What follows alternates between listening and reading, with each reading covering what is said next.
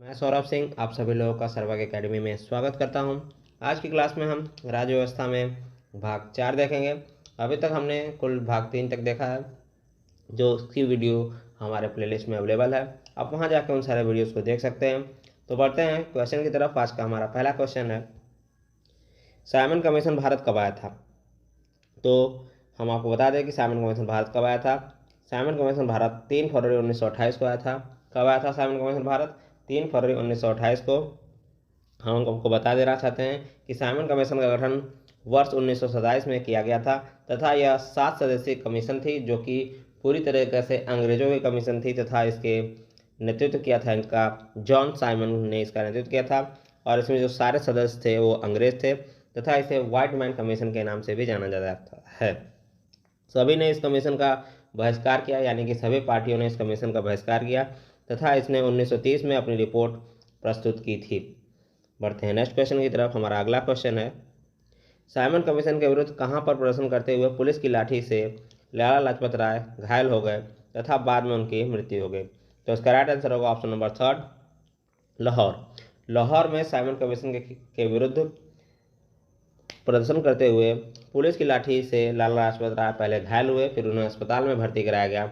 अस्पताल में भर्ती होने के बाद उनकी मृत्यु हो गई। हम आपको बता दें कि साइमन कमीशन का विरोध 2 दल के द्वारा नहीं किया गया था। वो 2 दल कौन कौन से थे?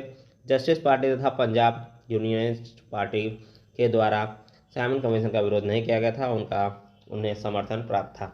बढ़ते हैं अगले क्वेश्चन की तरफ। हमारा अगला क्वेश्चन है, भारत शासन अधिनियम 1935 के तहत मताधिकार का विस्तार किया गया। इसके द्वारा लगभग कितना प्रतिशत जनसंख्या को मत देने का अधिकार हुआ? तो इसका राइट आंसर है ऑप्शन नंबर फर्स्ट, 10%। 10% लोगों को मत देने का अधिकार प्राप्त हुआ था। इससे पहले, यानी कि आप समझ लीजिए कि वर्ष 1935 के पहले यह मताधिकार का प्रतिशत इससे भी कम था, 10% से भी कम था। और 1935 में सिर्फ और सिर्फ 10% लोगों को मत देने का अधिकार प्राप्त हुआ था। बढ़ते हैं अगले क्वेश्चन की तरफ। हमारा अगला क्वेश्चन है, लॉर्ड माउंटबेटन ने विभाजन की योजना कब पेश की थी? तो इसका राइट आंसर ऑप्शन नंबर 3, 3 जुलाई 1947 को लॉर्ड माउंटबेटन ने विभाजन की योजना प्रस्तुत की थी और इस योजना को कांग्रेस तथा मुस्लिम लीग के द्वारा स्वीकार किया गया था। क्या विभाजन की योजना को मुस्लिम लीग के द्वारा स्वीकार किया गया था? बढ़ते हैं नेक्स्ट क्वेश्चन की तरफ। हमारा अगला क्वेश्चन है, भारतीय स्वतंत्रता अध्यादेश ब्रिटिश संसद में कब पेश किया गया? तो इसका राइट आंसर है ऑप्शन नंबर फर्स्ट, 4 जुलाई 1947 को भारतीय स्वतंत्रता अध्यादेश ब्रिटिश संसद में पेश किया गया। हम आपको बता दें कि 18 जुलाई 1947 को इसे राजशाही की संस्कृति प्राप्त हुई कि जो भी अध्यादेश पहले पेश किया गया था ब्रिटिश संसद में, ब्रिटिश संसद के बाद वो उसे ब्रिटिश जो राजशाही थी उसकी संस्कृति मिली। यानी कि जैसे हमारे यहाँ कोई भी अध्यादेश पेश होता है तो संसद में पेश होता है, उसके बाद राष्ट्रपति साइन करते हैं, वहाँ पर राष्ट्रपति साइन न करके उनके राजशाही के पास जाता है, तो वहाँ के राजा जो भी रानी हैं उनके पास जाता है। तो 18 जुलाई 1947 को उनके पास गया और उन्होंने यह संस्कृति प्रदान कर दी। और यह जो भारतीय स्वतंत्रता अध्यादेश लागू कब हुआ? 15 अगस्त 1947 को, जब हमारा देश आज़ाद हुआ तब यह अध्यादेश लागू हुआ तथा भारत में ब्रिटिश राज समाप्त कर 15 अगस्त 1947 को स्वतंत्र राष्ट्र घोषित कर दिया गया। किसे? भारत को, हमारे भारत को स्वतंत्र राष्ट्र घोषित कर दिया। अब अगला क्वेश्चन हमारे पास है कि भारतीय राष्ट्रीय कांग्रेस ने आधिकारिक रूप से पहली बार संविधान सभा के गठन की मांग कब की? तो इसका राइट आंसर होगा ऑप्शन नंबर 4, वर्ष 1935 को भारतीय राष्ट्रीय कांग्रेस ने आधिकारिक रूप से पहली बार संविधान सभा के गठन की मांग की थी। ये गठन की मांग वर्ष 1935 में किया गया था। हमारा अगला क्वेश्चन है, संविधान सभा में कुल सदस्यों की संख्या कितनी थी? जब पहली बार संविधान सभा का गठन हुआ था तो कुल सदस्यों की संख्या ऑप्शन नंबर 3 के हिसाब से 389 थी। हम आपको बता दें कैबिनेट मिशन की संस्तुतियों के आधार पर संविधान सभा का गठन किया गया था। कैबिनेट मिशन जो आया था वर्ष 1946 में, ठीक है, उसकी संस्तुतियों के अनुसार ये संविधान सभा का गठन किया गया था।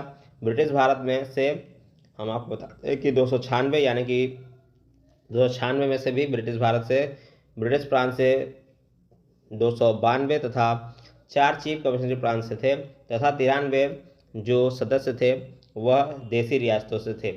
बढ़ते हैं अगले क्वेश्चन की तरफ। हमारा अगला क्वेश्चन क्या है, संविधान सभा के लिए चुनाव में भारतीय राष्ट्रीय कांग्रेस के कितने उम्मीदवार निर्वाचित हुए? तो इसका राइट आंसर है ऑप्शन नंबर 4, 208। संविधान सभा में चुनाव जब हुआ था तो भारतीय राष्ट्रीय कांग्रेस ने कुल कितने सीटें जीती? कुल 208 सीटों को उसने अर्जित किया था। टोटल कितनी सीटें थी? टोटल 389 सीटों में से 8 सीटों को अर्जित किया था। हम आपको बता दें कि मुस्लिम लीग को इस चुनाव में कुल 73 सीट प्राप्त हुए तथा अन्य दल को 15 सीट प्राप्त हुए थे।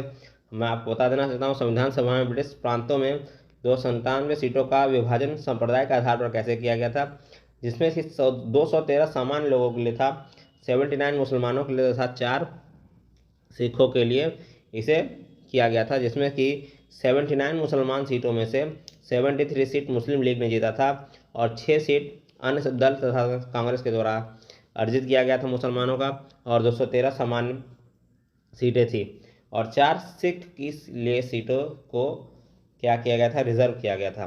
तो हम आज की क्लास में इतना रखते हैं, मिलते हैं नेक्स्ट वीडियो में नेक्स्ट टॉपिक के साथ, टॉपिक नहीं इसी टॉपिक के साथ अगले क्वेश्चंस के साथ। तब तक के लिए धन्यवाद। Thank you very much. जय सिया राम।